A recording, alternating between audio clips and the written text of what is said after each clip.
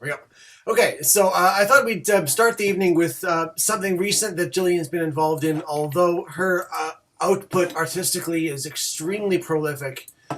Um, this is, I guess, one of the more recent things that's been going. This was like just before the pandemic, Gillian. Do you want to Yeah, introduce this at all while I set it up? was actually the summer before the pandemic hit, and this is Leslie Stanwyck and I. We became friends because we realized her husband. She and her husband were in the band Pursuit of Happiness, and so they were based in Toronto for a long time. And I was playing a gig once, and he said, "You got to meet my wife." And so when I met Leslie, turns out that we had the same history. We grew up on the CBC set in Toronto while filming of the Hunter Show and things like that. Her dad was a working professional musician that worked with my parents. And it turns out we had all this history. And so I was just over visiting once. We were just talking about the songwriting process. And it was kind of like the Reese's Peanut Butter Cup, because it was like we were talking about how we go about writing songs. And I said, I always write lyrics all the time. And I have a really difficult time putting music to the lyrics. And she said, "Oh God, I can't stand writing lyrics. I hate writing lyrics, but I love writing." So I brought all my lyrics over, and then we collaborated and recorded a 12-song album. So all the lyrics are mine, and all the music is Leslie's. And we kind of worked together. It was sort of collaborative, but primarily I'm the lyricist, and Leslie is the writer. And then my friend Felipe he's now the Saskatchewan Wanderer.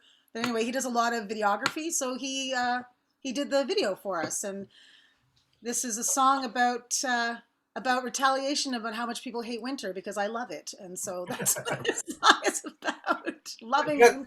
That kind of hits a note about what we were talking about with Will McGrunin the other night, and how Wilma and I's partnership, it only really works because she doesn't want to write music and I don't want to write lyrics. So take that advice going forward. It doesn't all have to be done by one person. Collaborative stuff, if there's a hole in your skill set, then you Yeah. can fill it with making friends. Yeah, no, exactly. And it's a natural, easy process. Like the album kind of wrote itself. Yeah. Right on. Okay. So while I'm streaming these things, it's generally best if everybody stops video, and then I'll make a request to start video after it's done, because otherwise it's all just network latency. So Right now? stop.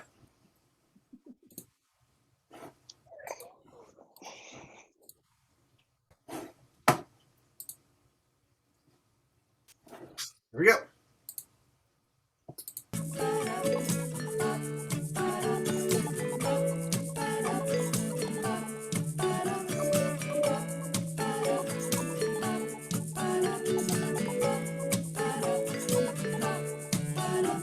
When the sun is hot and beating down and the sprinklers on the lawn, I think about the time when I can put my LJs on. When there's no reprieve and the flowers grieve cause it's too damn hot to grow. Well, I curse the heat, throw off the sheets and dream about the snow. Oh, summer, sun be down on me, but leave me to my reverie. Cause in my dreams I always be smiling in the cold. Cold, cold, cold. When the sweat is snaking down my back and the fan is humming low. The folks got the blues, that's nothing new. I'm waiting for the snow. When the flies are singing harmony and porpoise on the porch, a little dream of winter takes away the summer scorch.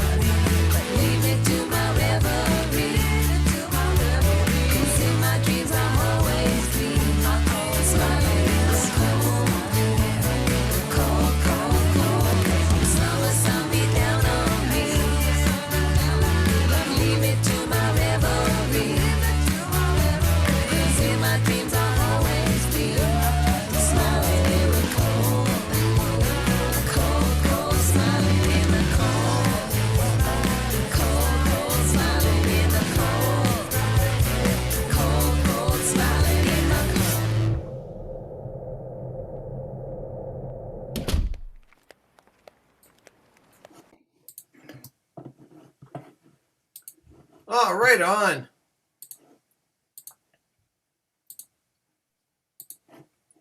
That's probably the happiest song I've ever written. They usually kind of I'd say so. death and suicide. So that was mostly filmed in Saskatoon. I recognized a lot of landmarks, but some of that was filmed in Toronto, I think. No, actually, we did it all at 6 in the morning downtown, or 7 in the morning. There was nobody there down 20th Street and just along the river. And then we went to Furdale. That's where all our dogs are and, and stuff. Oh, right. And it's kind of interesting, too, because Leslie writes, disturbingly happy music all the time. And well, as one of my bandmates in the Whiskey Jar Coin is like, you're the only person I know that can write a wedding song and have a funeral shroud. It's like, but anyhow, but it was a fun video. We recorded the whole album in their basement. Johnny and Leslie did most of the arrangements, and yeah. Wow. Okay, well, in the spirit of sharing, I've found a track that most of the people in the video have contributed to. Emmanuel played synth bass on this one. Matthew did the drum programming, and Luca contributed a little bit to the lyrics, but the rapper and the vocalist are otherwise absent. But that just kind of gives you a sense of what the people that you're in the meeting with have been doing the last little bit. So speaking of sad songs, I did what now? I did what now? you did some of the lyric editing on this. This was like back in January. It was a long time ago. Ah, okay. Hence why I don't remember. Yeah.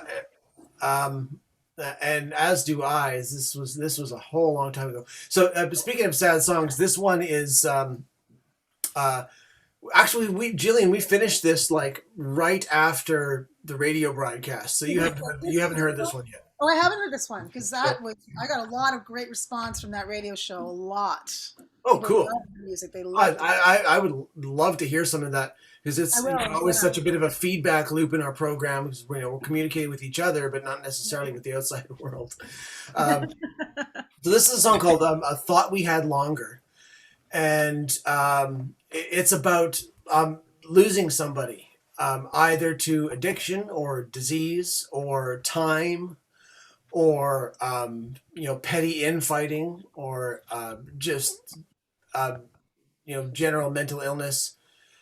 So it's not super happy, but the passion on the track I think speaks to you. I think this is the biggest collaboration we've done. I think there's 8 different students on this track, and then more who contributed to the editing and the lyric writing process. True collaboration. This is definitely. This is about where we're at, and here comes the video stopping, and Did I interview myself? video stopping, and here we go.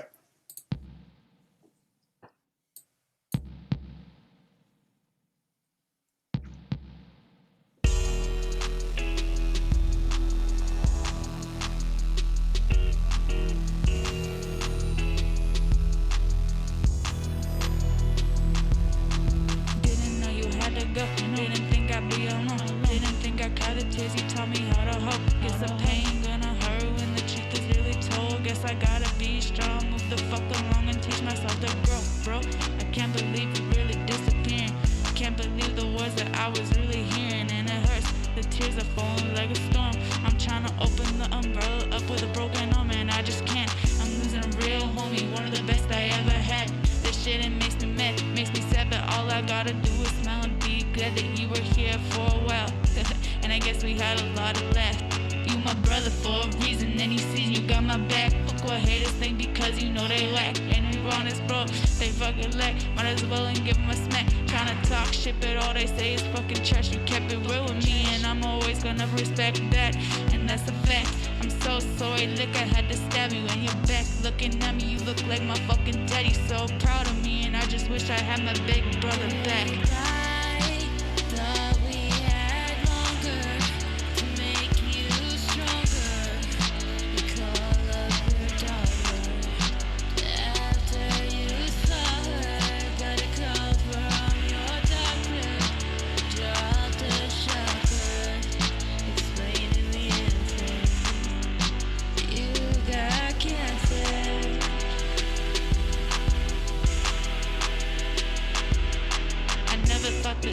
leave. Hope that you would stay with me. Rushed all over there on my hands up on my knees. I'm begging you, please, why don't you come back to me? I will fight for you, reach up sky high for you. Falling down underground, you had a spotlight too. Wondering why it could have been me that had to die too. I'm so sorry for your loss. I was feeling like a boss, but you're all gone and I don't wanna be involved. Seeing flowers in the cards, time's ticking along. Wondering how the hell I'm gonna move on. Thinking how could this happen? My sky, well guess what, it just blackened. Goodbye, thought we had longer to make you stronger. You call up your daughter after you saw her. Got a call from your doctor, dropped a shocker, explaining the answer. You got cancer.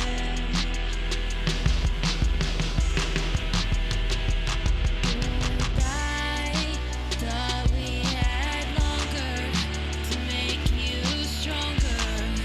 You call up your daughter after you saw her. Got a call from your doctor, dropped a shocker, explaining the answer. You got cancer.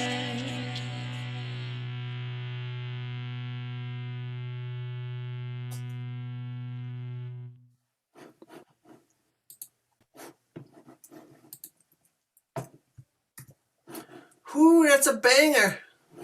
I don't remember doing that.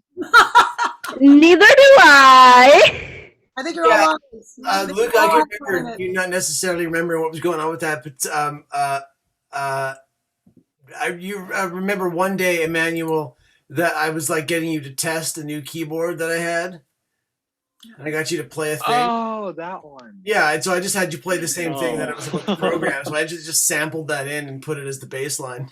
That's what's Oh.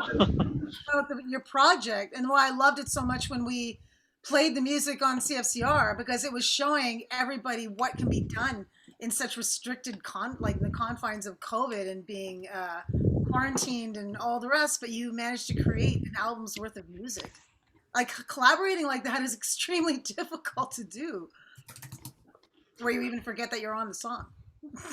Right, yeah, and then that one's like January, February, March, April. Yeah, it's about 5 months old. It's like half a year old. Yeah, yeah. You can grow a beard and then delete it in the time it would take for me to produce the damn thing, and I'm slow. Wow, that's quite a task. It's quite a job. But you've got some questions up there. Yeah, I'm just typing the third one now. Just stand by. So, Gillian, before you answer the first question, why? Go ahead and tell us a little bit about your upbringing, kind of like in the nascency of Canada's music industry, Sure. and experiences that you had as a young person. Well, it was an interesting upbringing. It was in Toronto during the 60s and 70s. My dad was the music director for CBC. And so he wrote all the music for a lot of the television shows. There's a lot of variety shows happening. And he was a producer of the show as well, of the Tommy Hunter show, which a lot of people, you have to be my age to actually remember it, because it was primarily played in the 60s and 70s. No, hold on. How could that be possible? Because you're 29, right? Yeah. Oh, yeah. Yeah, I am.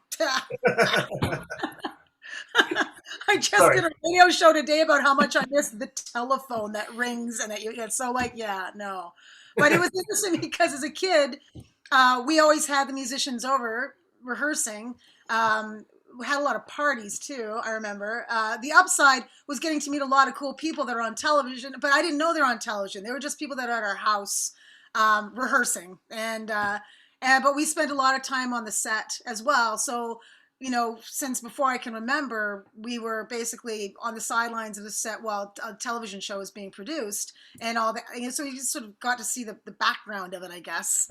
And later, as I got older, I learned about all the dirt that was going on behind the scenes too. But, that's a whole other story over whiskey. But it was really interesting. The upside was that I didn't have a normal childhood that way. But the downside was that my parents, primarily my mother, who toured with the Tommy Hunter show and the CBC, she was gone upwards of 8 months out of the year on tour because that was how they made money. I mean, they would do their television shows and the rehearsals, but it took her away from home because they would tour all over the world. And no matter how many presents your parents bring you back, it's really hard growing up when, they're not around. So that was kind of tough. But then when we got old enough and they left the Hunter show, we got to tour with them in the summer. So that was pretty fun. Dante. Sorry, my 11-year-old dog is having like a seizure down here. So, no, not literally, but anyway. Yeah, so it was really cool. But it was also in a conservative time in the 60s. So it's interesting how entertainers and musicians, they're elevated, the people that are famous. But on our street, because it was a very, it was in, as I said, in the 60s, it was a more, pre-Woodstock, it's sort of more of a conservative time when you're raising a family. So because we were musicians, they actually we were sort of ostracized a bit, and we were talked about as, oh, that's the entertainer's house. So entertainers were like a very small step above, prostitution. Like we were like, because wanton parties, the mother works, and they entertain for a living, which was just not acceptable in the early 60s. So it was kind of interesting growing up sort of that way as well. It didn't affect me too much. I was too young to know, but Mom never went to Tupperware parties and stuff like that, like everybody else was doing. And we had a live-in nanny too. They had to because they were gone all the time. Anyway, I don't know if that answered your question. I think a pertinent point in there is that you're a lifelong musician. Since I've grown to know you, that's been at the core of your existence, and only we didn't even talk about this until like maybe 6 or 7 years after we met, but. You started telling me stories about what it's like to grow up on the CBC set. Yeah. And by the way, because either new generation or in Emmanuel's case, lived in and out of Canada his whole life. You might not know what CBC is. But CBC is a national public broadcaster that used to be the only broadcaster in Canada, and since the scene is, of course, like totally exploded with the internet and stuff like that. The only place to get your media, news, radio, etc., was the CBC. Yeah, and in Western Canada, there was only 2 channels, and one channel was CBC. So it was a very family thing to get together to watch these variety shows that they had. And in the 60s, too, my dad was very much an advocate of promoting Canadian music. So now, if you're becoming a musician, like the internet is a very helpful thing. Back in the day, they didn't have government grants to help musicians. They didn't have anything like that. So my father actually started a record label called Sound Canada, and he would take starting up musicians and record them. And then he'd distribute the 45s, and he would charge them a minimal rate. And one of those people is Gordon Lightfoot. So he saw Gordon, because Gordon Lightfoot was a dancer on the Tommy Hunter show, a very bad one, according to my Really? mother. Yes, he was. And he couldn't dance. And he was part of the chorus. My mother said he stepped on her feet a lot. But the cool story is that this is how they did it back in the day. And my dad had to be very innovative to get people played on the radio. Because in the early 60s, radio stations did not want to play Canadian music. They wouldn't. They said there's no Canadian talent, there's no Canadian culture, and they refused to play Canadian artists. And that's just a fact. That was the early 60s.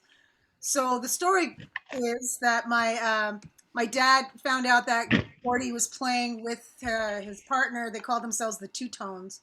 And they were playing an open stage. So my dad went, well, I want to hear what Gordy's got, because he's going to be doing his original stuff. So my dad went and saw him, and Gordon Lightfoot's an amazing songwriter, but my dad saw that right off the bat. So he's in kind of like similar to if you go to the Black Hat for an open stage or whatever. It was that kind of bar. My dad hears his songs, said, holy crap, this guy's amazing, and he needs to be heard on the radio. So he and my older brother took Gordon Lightfoot down to Memphis because my dad had connections with music and rented a studio, recorded an A and B side of Gordon Lightfoot, had the 45 recorded, And actually Chet Atkins is on that recording too. My dad knew him. It's a small little incestuous community in music in the States and in Canada back in the day. And so they drove him down to Memphis, drove him back. And so my dad got all the 45s, he got them all boxed, and he took them all to the record stores. But he knew that the only way that he was going to get Gordon Lightfoot played on the radio, because he knew as soon as he got played on the radio, people would love it. But he couldn't get him played on the radio. So the only way you get played on the radio is if people are buying your records. So the radio stations would check all the record stores. This is in Toronto, like 1050 Chum and stuff. They'd say, what 45s are people buying now? Like, are the kids buying, or adults buying? Like, what's being, listened to? What are they buying? And so my dad knew that they would do this. So he sent my uncle and my brother in their car and sent them with like $500 and got them to buy back every single 45 that he dropped off. So they sold out Gordon Lightfoot's 45. And when the record stations contacted the record store, says, who is selling out? He said, well, this new person, Gordon Lightfoot, we don't know who he is, but we got the records in and they're all gone. And so they played Gordon Lightfoot on the radio. And as soon as he was played on the radio, he was noticed and he got picked up by a major record label. But my dad knew that that's what he had to do. So it was a totally different process. It was, and to say that my brother and my uncle were the reason why they got played, because they're the ones that had to spend the day driving to every single record store in Toronto to buy up all of Gordon's records. But he knew as soon as he got heard that people would love it and that they would play it, and they did. And so that's how he got his start. Guys, I just want to make a side note to this, because I realize that some of this might be brand new or otherwise alien information. But the Canadian music industry has a long history of being like really good about demanding that Canadian content be put on its airwaves. There's a channel by the name of Polyphonic who does a series about the practicality and the legalities of that. It's very complicated, but also really worth knowing about as a Canadian musician. I'll play that for you tomorrow so we can make the most of Gillian's time, but remind me to circle back to that, because the country in which you live and the music in which you have been listening to in the radio, there is a large portion of it that is mandated by law to be Canadian. And I can tell you, actually, I can share the video with you, because that's another thing that my dad did with another group of producers and two fellows who had a magazine. They refused to play Canadian songs. The Guess Who got played because they as a joke sent the record in and called and said, guess who? Like, they didn't have their name, meaning like, we're from Winnipeg, guess who? But they listened to the record, played it, but they thought that the band's name was the Guess Who. And so what happened is that it's true. So my dad and a group of 20, there's 24 of them, got together, and Pierre Trudeau was one of them actually as well. And they started the beginnings of SOCAN. So it was mandated by law because nobody was getting played. They were playing zero Canadian content. They said, this has to stop. So they managed to get Pierre Trudeau to agree to have it by law. There has to be at least 30% Canadian content played on all radio broadcasting. And so what we take for granted today, when we have all these Canadian artists that have done so well and have been exported to, outside of Canada, that wasn't happening before they started this organization. It's pre-SOCAN. I can't remember exactly what it was called, but it was like a record producers got together and said, this has got to stop. So it's really cool, because what you take for granted today was a struggle for most people back in the day, like 40, 50, how many years ago? Oh gosh. How old am I? I don't know. But yeah, it's interesting how things have changed so dramatically. Yeah. I could comment on a whole bunch of that stuff here, but unless anybody has any addendums to that, I'll push forward to the next question. Sure, yeah. So this one's from Emmanuel, and I want to contextualize it a little bit because, first of all, Gillian lives in Saskatoon and has done so for Okay, so I don't know how long as I've known you. So 20 years. Over 20, 30 years. Okay, there you go. So, in general, how does one exactly become a professional in the music industry in Saskatoon? Okay. There are lots of people that are really good at playing instruments, but how about the probability of a person making it his or her full-time job? Hmm. Well, making it a full-time job is a difficult thing. I've always said, not to sound negative, but there's no middle class in music. You're either making more money Yep. than you deserve, or you're struggling. But the thing is, I most might of the comment on that. It's not that there's no middle class; it's that it's a mid-scoop. it's a yeah. Very I don't know little. how else to describe that. It's like you either have to work your two jobs or you're making a lot of money. Yeah. But how you start in Saskatoon, I mean, you can start it very organically, just by playing, going to open stages and going to jams, and that's how you meet the musicians. And so once you meet musicians, you start to and jam together. It just usually just happens organically. And the thing that's great about Saskatoon is it's a very small, it's a smaller community. So and a lot of well, this is pandemic is a very different time, but a lot of the venues they promote local musicians. So and once you play, I mean, a lot of musicians in town, they make a living by playing with a lot of different groups, and that is sort of how you can make a living doing it. And I find that just even going to the open mics or going to the jams, because the basement would have a jam, and I think they had one of the Black Hat, they have one Buds, sometimes it can get a little stale and the same musicians keep coming, but that's where you can meet. And I mean, that's kind of how Brett and I even met. And I was a very much of a late bloomer in the music industry here. Um, so I was fortunate enough to meet somebody who's Roy Cydia at a recording session when I was asked to sing on someone's album, and then met him there. We talked about music. It's just basically about getting out there and meeting the people that are playing and talking about the music, and then jamming together.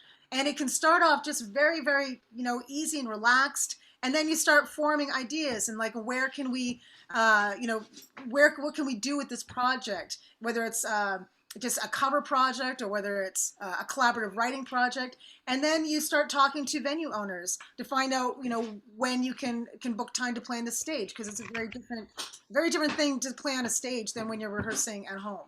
It's If I might speak a moment about available venues, Luca and I brainstormed a list of venues in Saskatoon pre-pandemic, because I know that it's kind of a fallout scape right now. But we were able to list, I think, 12 different venues in Saskatoon, not even going into the west side. Yeah. And not even counting the university. Well, exactly. And that's really unusual. Even during the pandemic, the venues have been doing their best to follow all the guidelines just so they can continue the live music happening. And as far as getting together with other musicians, as I said, the best way is to go out there, play with them, jam with them, meet them. Like-minded people will get together. I guess like-minded, but not even like-minded. Like even as far as the age discrepancy. Like, I mean, I've played music professionally with people that are upwards of 30 years younger than me. It's when, yeah, exactly.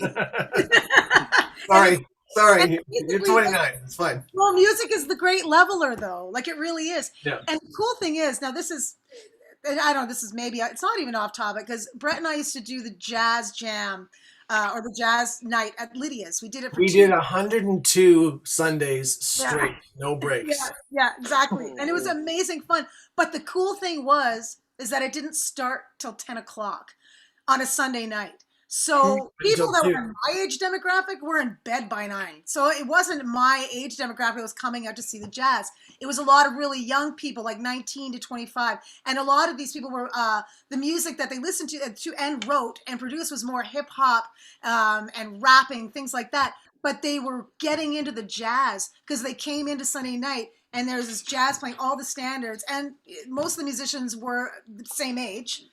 maybe a little older. And so what ended up happening is that they started implementing and listening to all the jazz standards and then implementing it into their own writing. And I even did a couple of sound bites, like singing loops that they put into their own writing.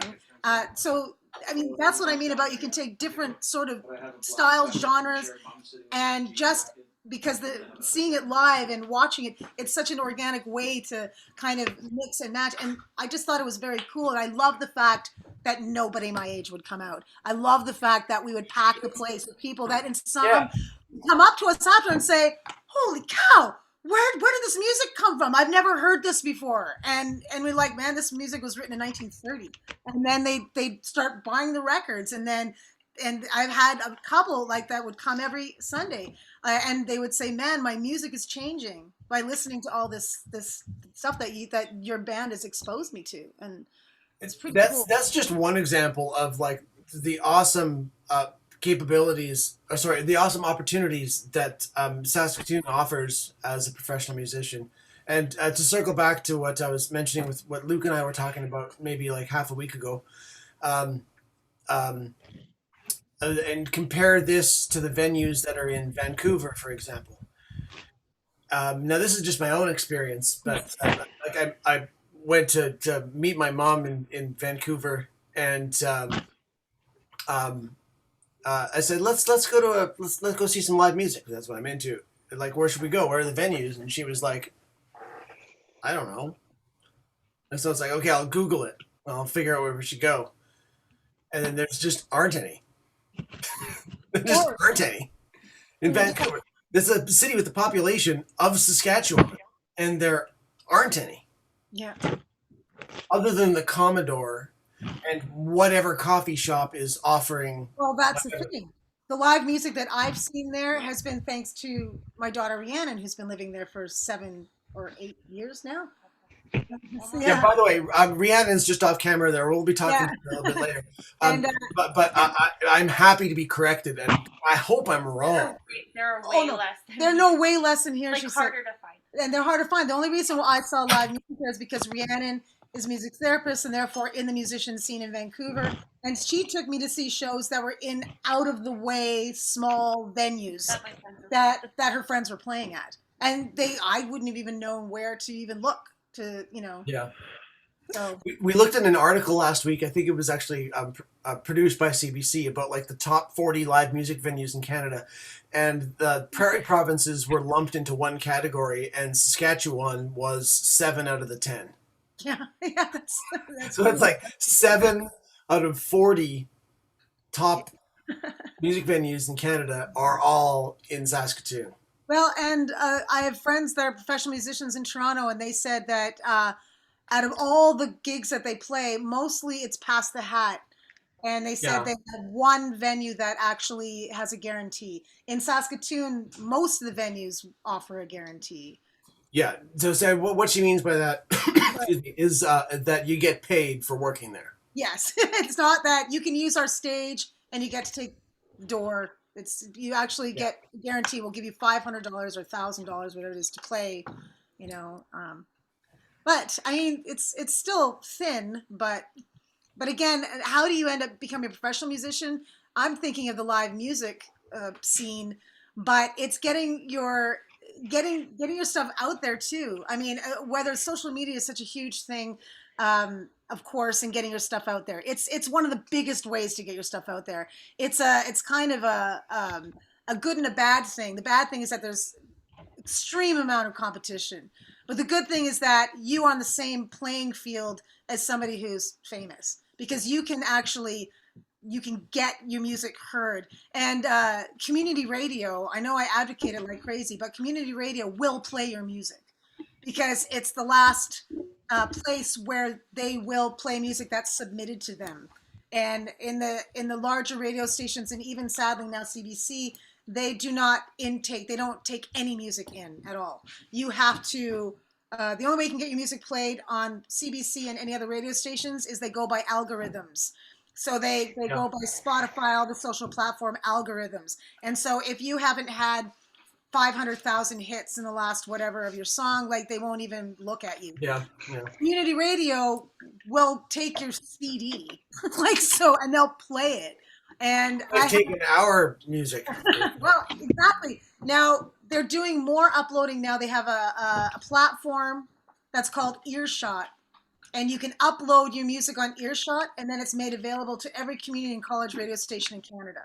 And that's what a lot of the community radio stations use now is Earshot. But again, you're on the level playing field. All you have to do is upload it, and then there are radio hosts and producers that are perusing it.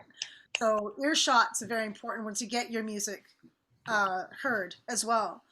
And now I can't say that you'd make a living out of the music being played on community radio, but it's all about getting a fan base, getting your stuff out there, getting people listening to what it is that you're selling, performing, and trying to sell. But yeah. Oh man, that looks cozy. I want to set up like that. I wish my computer was working. Okay, pushing ahead here because there's a whole bunch of stuff to get through. Gillian, you've got 2 minutes. Tell us a cool story about something that happened to you in the music industry in terms of a cool brush with fame. Oh my God. Well, I'll just give you the first one that pops to mind because I was pretty excited about it.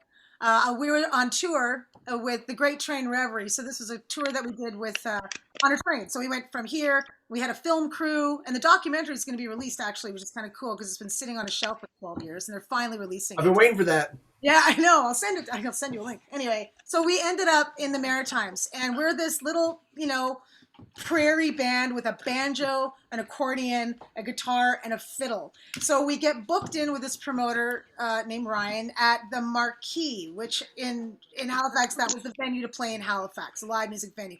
So we thought, cool. You've got the Marquee and you've got Hell's Kitchen downstairs. Well, no, we weren't booked in Hell's Kitchen, which was the small little tiny venue that's more like a beatniky kind of folky place. That's where we thought we were booked. No, we were booked in the Marquee opening for Grady. Now, Grady, I don't know if you're familiar with Grady, Gordy Johnson, Sugar, it's his band. And so we walked into the venue and there's Marshall stacks right like from like the floor to the ceiling. And we're this little pokey, folky band from Saskatoon that's about to open for one of the heaviest, loudest rockers in freaking Canada. And also, like Gordy Johnson, I'm a big fan. So we're petrified. And the promoter's like, man, you guys freaking, you look like, what is your problem? Like, I've never seen you're all as white as a ghost. I'm like, have you seen? And we're looking at the crowd, and it's like serious, like, people that are like, waiting for a big rock show. And he's like, it's Halifax, don't worry, they'll love you. They'll love you. They love music, they'll love you. And he was right. People in Halifax love music. So we got up, did our show. The mosh pit stayed up there. They were really appreciative and lovely. And so it was a load off our back. Now, Grady is good friends with Joel Plaskett. I don't even know if you know who Joel Plaskett is, but I'm a huge fan. He's from Halifax. And so after the show, I'm watching Grady and with earplugs in because it's like so super loud. And I thought, well, I'm going to go backstage. The only person backstage was Joel Plaskett. And so there I was hanging out backstage with Joel Plaskett, and we were watching the drummer because she was so amazing from behind. And then my friend who was in the audience said, you guys, all we could see from the audience was like you and Joel Plaskett with your heads through the curtain, like behind the drummer. But for me, that was a brush of fame because I love Joel Plaskett. I do love him so. And I'm sure that after I hear this, I'll think of something else. But for me, that was pretty kick-ass. I've met a lot of people, actually, more famous people working as a bartender in the best world. Well, that is right on 2 minutes. So I'm going to move to the next one.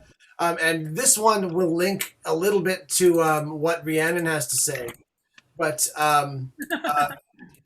Gillian's been speaking so far about her experience as somebody who's kind of been raised in the Canadian music industry and has been practicing in the Canadian music industry as a performer. But she's also an academic.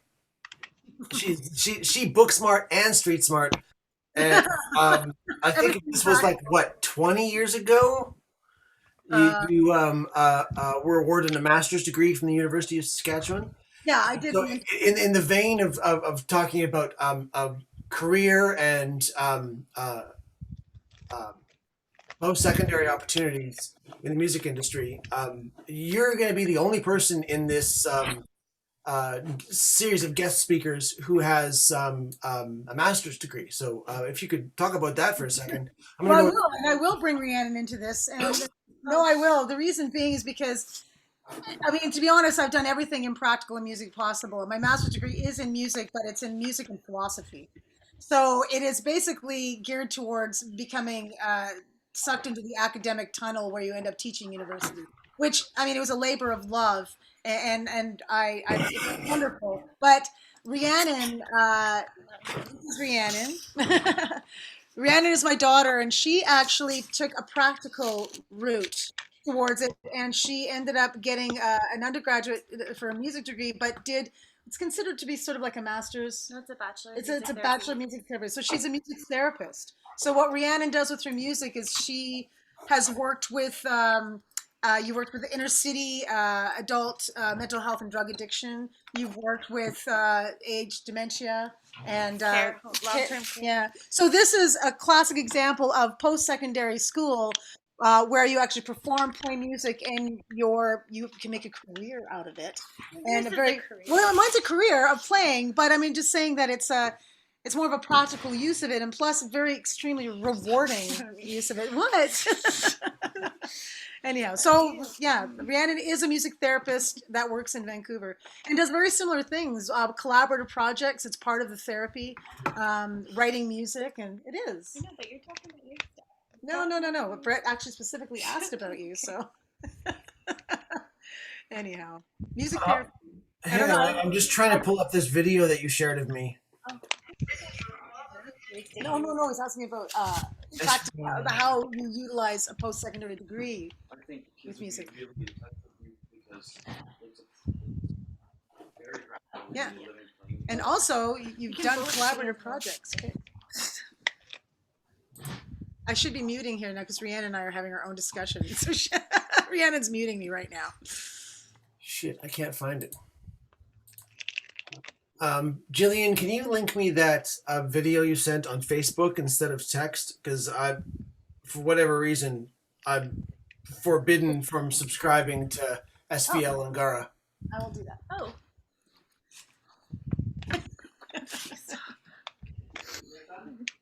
I'll do that right now. While you link that, Luca asked me to ask you about the story of you starting a gay-straight alliance in high school in Toronto. Oh, well, that was a whole other different time as well. When I was in high school, I was very much a part of the gay community here, but it was very small, and it wasn't out, I guess you could say. It was, and I had a lot of friends, quite a few friends that were afraid to come out, and because I was part of the community, I knew that they had a gay youth hotline, and so the only way I can spread the word, this was in the this is 1980, like 1970, 1980, 81. The only way I could do that was to write articles for the school newspaper, and thankfully our journalist teacher was advocating it too. So I would write articles and give the information because I knew that children in our school, in our high school, it was Mount Royal. They were afraid to come out because it was a very conservative high school. Wait, this is Mount Royal in Saskatoon? Yes, I went to high school in Saskatoon. Oh. Yeah. So this is how far Mount Royal and Saskatoon has come, because when we had these published for the school newspaper, they were taken home, and I got called into the principal's office, and I was threatened suspension if I continued to write about the gay community in Saskatoon, and so I just kept doing it anyway. And my friend, well, of course, it was necessary. There were some. I was part of the.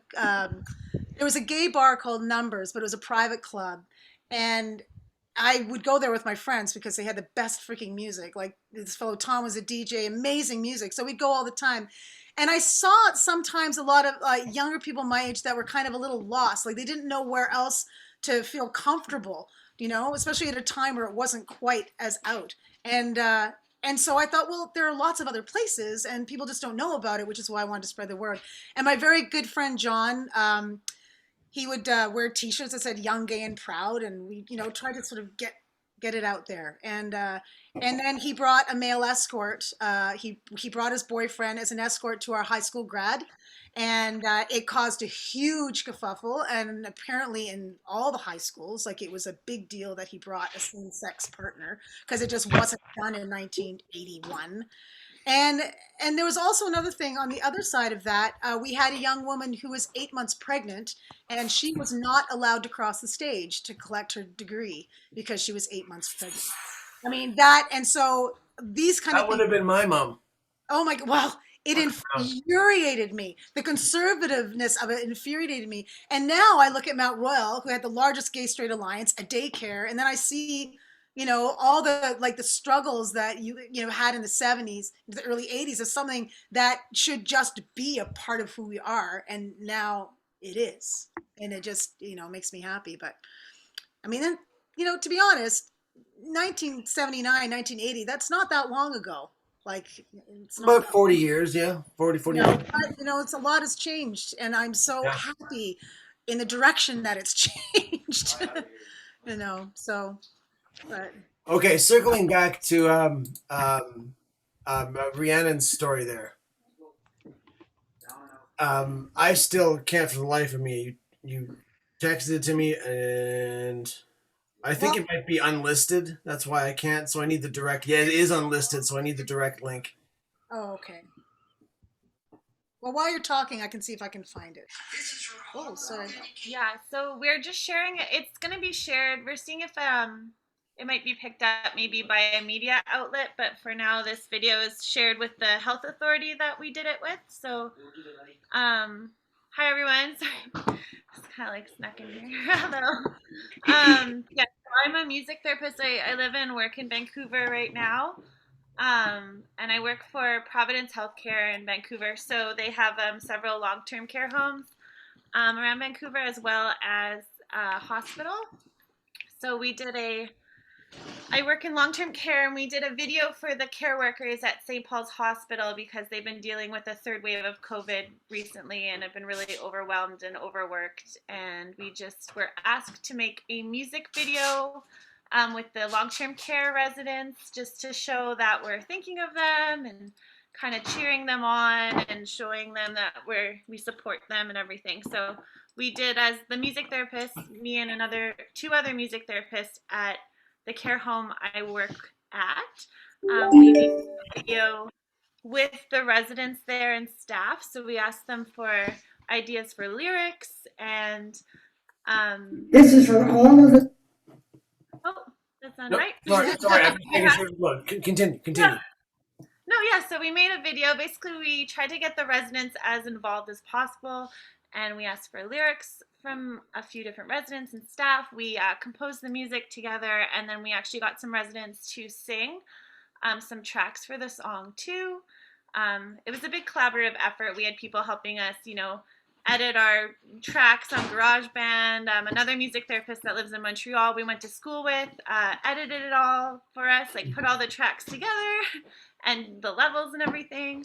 And we did some filming of the residents listening to the song and participating. So it was just, yeah, it just kind of got, this article came out about it, and we just finished it up last week. So it's very new still. But it was great to make. Yeah, really, really cool. And Right on. the woman that does I was telling you this, Brett, the woman that Oh, yeah. does the intro, she was performing with Duke Ellington. Yeah, she was a jazz pianist, so she sang and played Really? in Duke Ellington's band in the 60s. So she's famous, and she's still she has dementia, so her short-term memory is not that great now, but she still does a jazz cafe every Thursday with one of our music therapists. So she does jazz piano and sings. Wendy, the music therapist, plays the bass with her, and then another resident, Paul, who's in this video, does he has MS, and he does the hi-hat in their jazz trios. They do that every Thursday for the residents and staff as well. So it's, yeah. Well, I'm so excited to hear this. I have not previewed this. Gillian sent me the link just before the meeting started. Okay, so yeah, it's all most of the lyrics we put into the, so Lucy and I did the melody, but a lot of the lyrics are pretty much the staff and residents, and then there's a few residents that sing and play on the track as well. Dude, it's the same thing that you're doing right now. Yeah, exactly. So we did all garage band because Swag. we're good with the technical And stuff. it's garage band. That's what we're using too. Yeah, because Swag. there's Logic and like all those fancier ones, but we kept it very simple, and because of COVID, we had to record everyone singing separately at different times. Us too. Yeah, because we can't put anyone in the same room singing together, so we did it all separately. And same with the video. We did each floor. The residents can't cross floors right now because of COVID, so we had to go on each different floor. And wow. Yeah, it was. And we had lots of help from the staff as well with coordinating things. So this is a song called "Stay Strong" by the residents at St. Paul's. Yeah, because the video, the songs actually the video on YouTube says "Stay Strong," but one of the residents actually, so the video is called "Don't Give Up the Ship," like ship on the sea, because that was actually a lyric from the resident that's singing in the video. She came up with that phrase, the "Don't give up the ship," and then that was kind of the metaphor we kind of took, is like St. Paul's Hospital, you know, like ship on the ocean, and it's very turbulent and storms, and it's like getting through to the other side of the storm, basically, was the... Man, this is the stuff I love. I don't dislike pop music and like the mainstream music industry, but this is the stuff that really gets to my heart and soul, when it's music being made by people, for people, to celebrate their lives, to make the most of what you got when you got it. This is the stuff I love. So I will be crying. Very touching. It is very So the touching. video goes off, and here is oh, sorry, what was it? Don't let the ship... Don't give up the ship, but Don't stay give up the strong ship. works too. We say stay strong about 6 times in the song. So Okay, right on. Here it comes.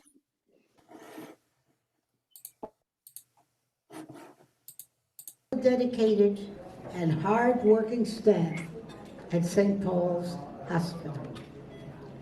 To those on the front lines working in critical care during the storm of this pandemic, we say thank you, thank you, thank you.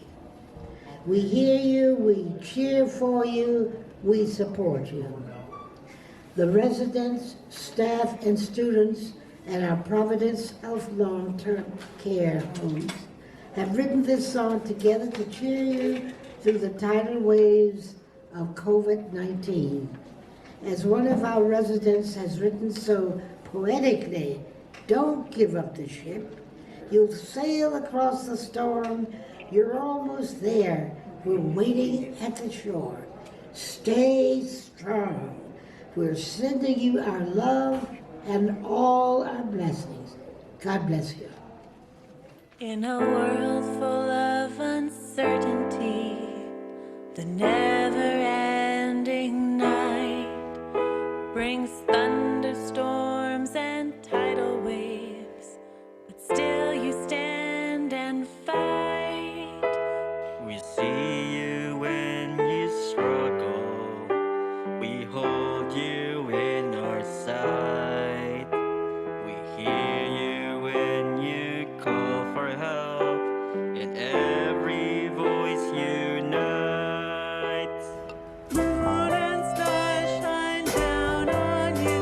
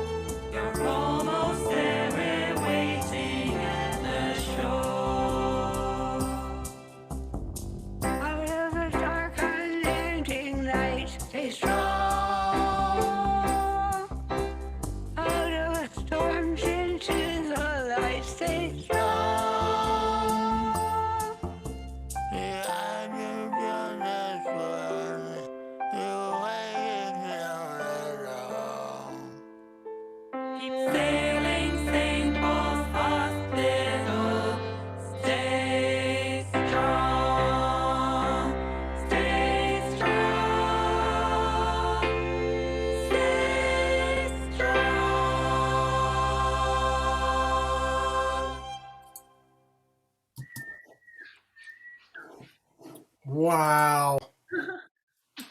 Jeez. That was good.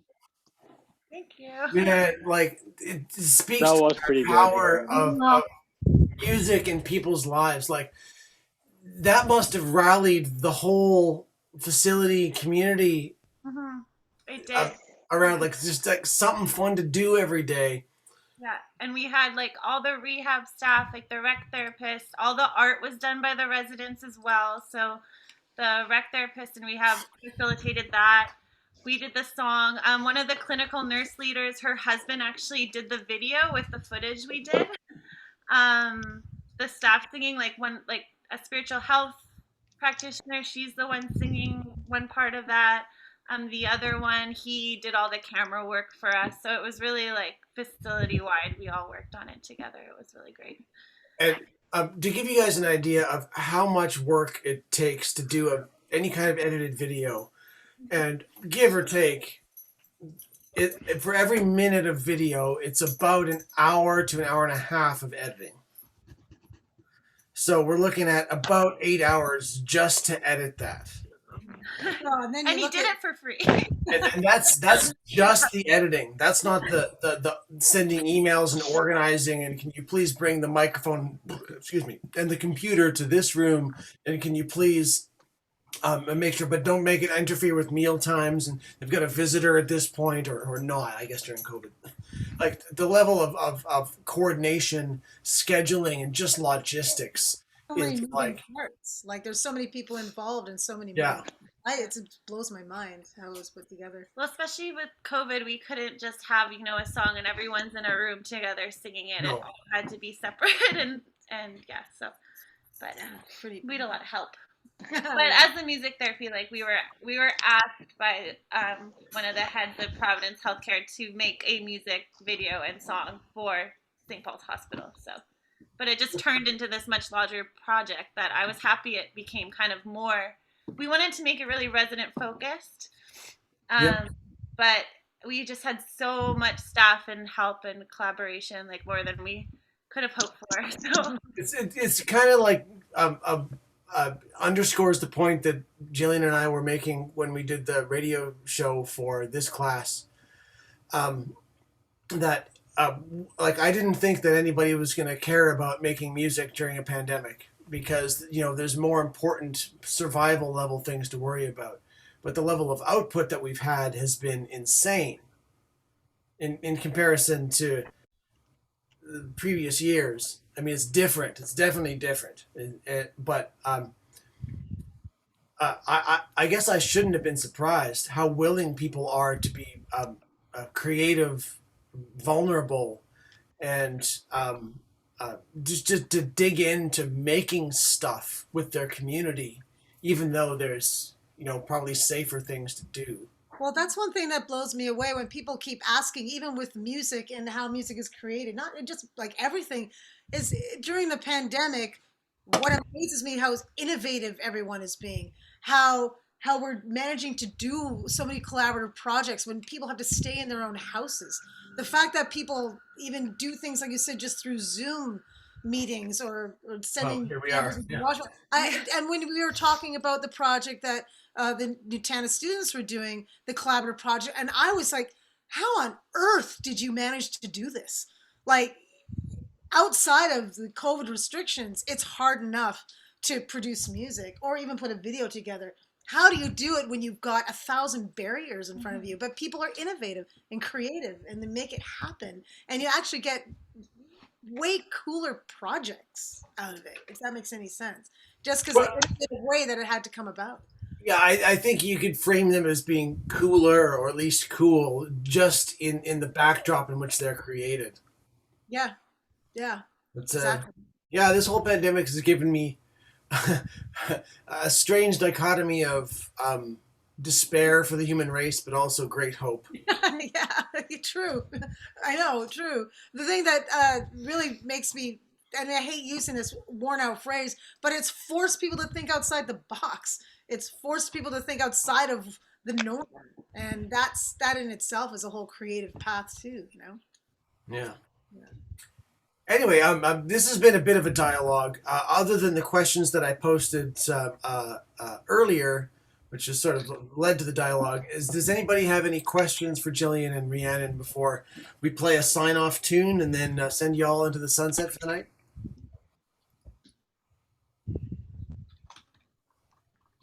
Don't be shy. No. Sorry, I tend to be verbose, and so yeah. Oh, I got one. Promise. Good. Where did you first meet Mr. Ballin again? Well, I first met Brett when I was a grad student, and I was singing in the U of S jazz band, and Brett was playing. Oh, he was playing guitar. No, it was before that because we played with Roy's quartet. Okay, so Brett, well, actually, yeah, because I thought of you as a drummer, and you're playing guitar in the jazz band. But that was way later. I would have been I was still taking lessons with Roy. Were you? Yeah, I was maybe 17. Be honest, Brett knocked my socks off because we did this recording live off the floor, and Brett was playing the vibraphones, and I couldn't. He was double mallet on the vibraphones, and I had no idea. And he was just so young, and I couldn't believe how freaking talented he was. Actually, that whole group, it was pretty amazing. And then, well, I remember the flask you had in your jacket pocket. It was great because it was kind of like, I'm gonna hang out by Brett here, like when I'm not singing, because he's got a flask in his jacket pocket. Anyway, but amazing guitar player, and that was another thing that blew me away. It's like you're a drummer, and then I see you in this jazz ensemble, and you're playing guitar. So anyway, was I allowed to tell that? Why not? No, yeah, I know. I remember that because we had been playing gigs with Roy at like the jazz festival at the Living Room on Broadway, where the Starbucks is now. Oh, right, yes. We had played, I think, at headquarters. Yep. We played a couple gigs. Yeah, that was fun. Yeah, that was a fun gig. Well, right. I think you sang with the jazz band when I was playing drums when I was in high school. Yeah, I think so. And then I got so fed up with playing drums because like you can't play solo drums in the lobby of a hotel for cash. They'll pay you to leave. Yeah. Oh yeah. It won't end well. So I grew up playing church organ, so I just decided, let's take this to piano and, see if I can turn this into monetizable time. And I'd been playing guitar since I was a kid, and then, Dean wanted to keep me in the band, but I was like, dude, I'm not playing drums anymore. This is ridiculous. It's like other drummers, and he was like, well, what else? And I think Graham was interning at the time. Graham, the guitar player before, he was like, you'll play guitar? I'm like, yeah, I'll play guitar. Sure, go. Like, you show me the thing, and I'll just go. But I never told anybody. So, like, you showed up to the gig, and you're like, "What are you doing on guitar? What is he doing on the drums?" And I always thought of you as a drummer and we played the Sunday Night Jazz. But I got that was like part of that. This is how the Sunday Night Jazz thing happened. This is how organic things happen. I sang a few times with the Jeff Morton Trio. They were doing the Sunday Night Jazz, and then they were not going to do it anymore. So Jeff said to me, so we're not doing the Sunday Jazz anymore. I told Adam, who was the bar manager at Lydia's, that you were going to take over the Sunday Night Jazz with your quartet. And I said, he goes, do you have a quartet? And I said, yeah, I have a quartet. I didn't have a quartet. I didn't even know any other jazz musicians. I knew nobody. And I just lied through my teeth. And I told the bar manager, yeah, I can start next Sunday. I've got a jazz quartet. Yeah, it's fine. Yeah, I'm taking over the Sunday Night Jazz. He's like, cool, sign this contract. I signed it. So basically, without still having a band, I signed it. And then I'm like, who do I know who plays drums? Okay, Brett plays drums. I met Tegan at that same gig. You're playing guitar. She played upright bass. I got her number, called her, and said, do you think that you might be able to do Sunday nights? And luckily, it just all fell into place. And by that Sunday, I had a jazz quintet. And we'd never played. This is all before cell phones and social media. I mean, it's one of those things too, where sometimes you got to take a chance and lie and tell a bar manager and sign a contract that you have a group when you don't. But I also knew that there are people in town that could play, and I just kept my fingers crossed that they didn't think I was a big loser and would agree to play with me every Sunday night. So it was fun, but that's how we got to know each other well, because when you're practicing once or twice a week together and playing every Sunday night together, you get to know the people you play with. And we would invite lots of people on stage to join us too, so it was a lot of fun. Yeah. That is a fun story. Well, thanks for asking that, man. I haven't revisited of that for a while. It's like, it's kind of all foggy for me, Gillian, because like I've probably played more gigs with you than anybody else. Yeah, yeah. There was Level of like weddings. We played New Year's Eve like 6-7 years in a row at the Bez. Yeah, yeah. Oh my goodness. Lots. So. I'm just kind of. The pandemic's over.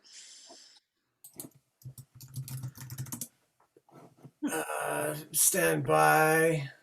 It's also really hard to imagine Mr. Ballin with a flask in his pocket. Oh, no, I was like, exhale the ass. No, we're adults here. I think it's okay. No, they're good. A lot of stories, actually, but good ones. All about the music. Yeah. I'll tell you what happened with that one is like I hadn't played guitar on a jazz gig ever. Like, what am I doing? Something.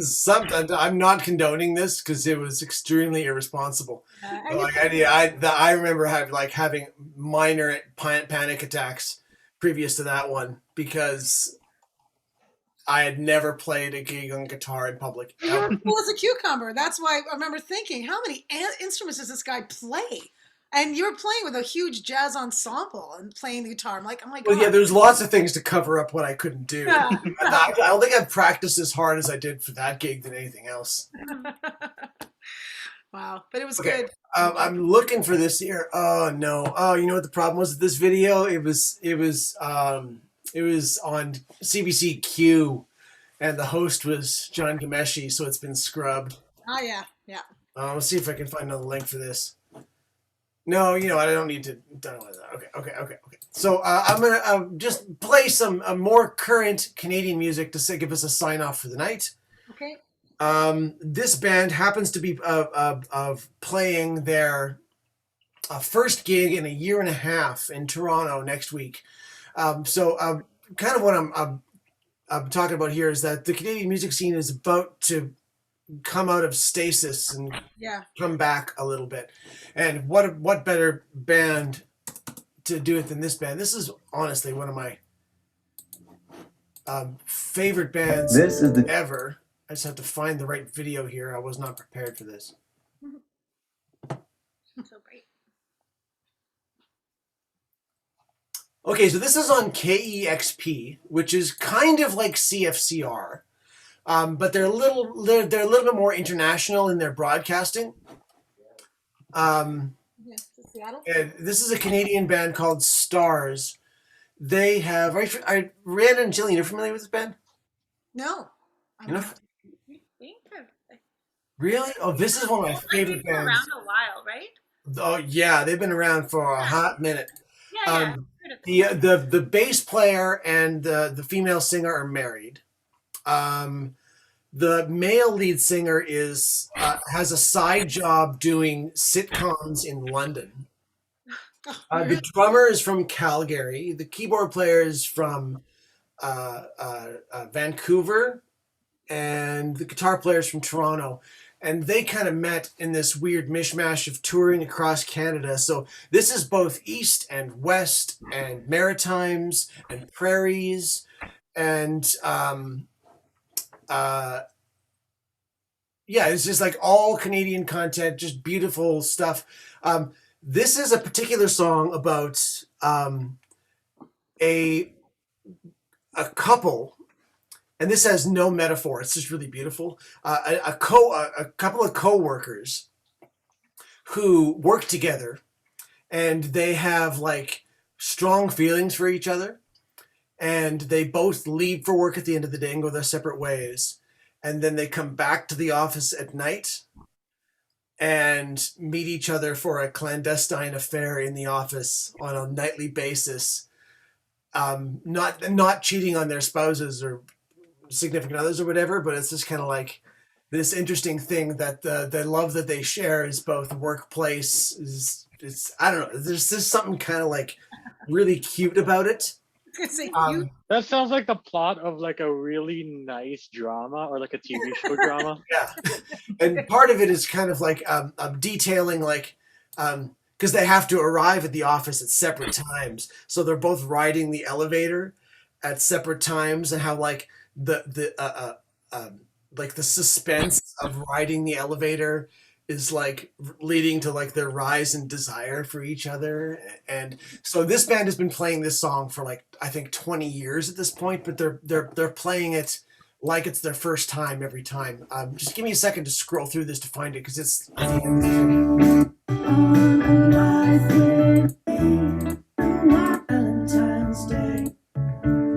Yeah, I've heard like Rachel used to listen to Stars a lot. It's been a while since I've seen it. Sorry, I keep reading. okay, here we go. All right. Elevator Love Letter by Stars. Go see them whenever you can. Whenever they come to Saskatoon, I will buy you all tickets because this is required listening. All right, video's off, hearts open. Here we go. We're gonna do an oldie, but in my opinion, a very goodie now, called "Elevator Love Letter" from our record Heart, just to pay tribute to KEXP and all the years they've been giving us love.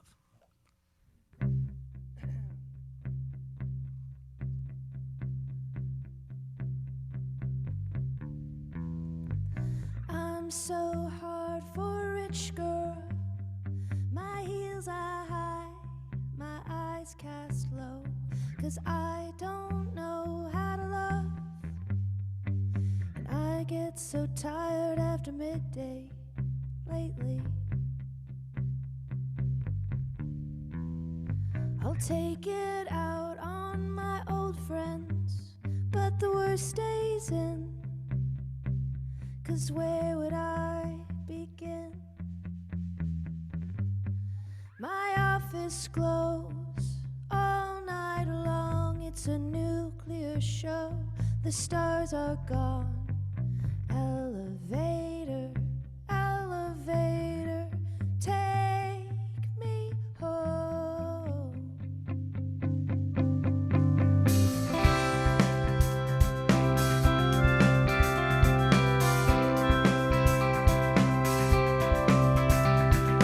I'm so hard for the rich girl. Her heels so high, I'm my hopes so low. 'Cause I don't know how to love. I have no idea how to love you. When I'll take her home after midnight, and if she likes, I'll tell her lies. How we'll be in love by the morning. And I don't think she'll know that I'm saying goodbye. All night long, it's a nuclear show, and the stars are gone.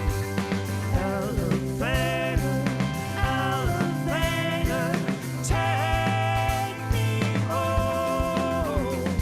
My office closes all night long. It's a nuclear show, and the stars are gone. Elevator, elevator, take me home.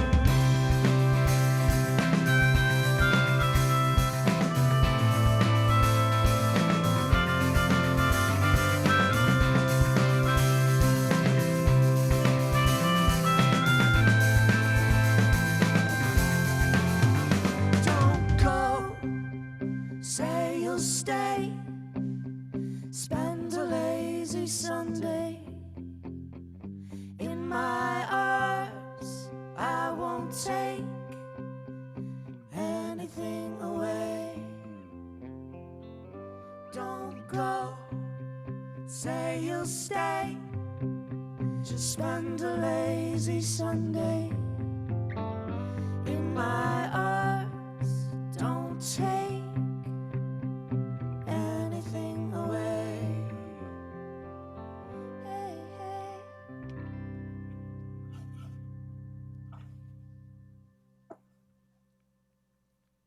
That one is a goodie. Oh man, That one is good. love songs. I will fall for them every single time. It was really cute. Okay, well, thanks everybody. A topic ranging from the nascency of Canada's music scene, all the way to master's degrees, to venues across the country, to Gillian's daughter Rhiannon there talking about what it's like to make music in a long-term care home in a pandemic. There's a lot of stuff here. Gillian and Rhiannon, thank you so much for joining us tonight. I think you've enriched our experiences and knowledge base a great deal, and we thank you from the bottom of our hearts. It's nice to meet all of you. Thanks for letting us be a part of this. And thanks, Brett. Thanks to all of you as well. Yay. And keep making all that amazing music that you're making. I love that song. It was so good. And the one that you played, and I can actually, I don't know whether I'm allowed, I think I could play some stuff for Rhiannon, but I mean, I don't know when you're going to release that record, but it should be released soon. there's I know there's a lot of red tape to get through, but it should be done because the music's really amazing that you guys all created and performed and did it all within a pandemic. That in itself is incredible. So it's pretty bananas. I'm so proud of these young people digging in and making stuff and taking time out of their evenings when it's beautiful outside. I know, I'm getting a full gray right now. So anyway, I banish you all to the outsides. I'll be posting this to the YouTube page in about a week after I process it and edit it. And yeah, so we'll end as we always do. With symbol for the void. I'm glad we got to meet Taco, your cat, too. Thank you. Hey, Void Masters out. Yeah. Cool. Gillian, don't leave yet. Let's just do a brief postmortem. I'll just include everybody else in this. All right. Yeah, really great meeting you. Good night. Thank you. Bye.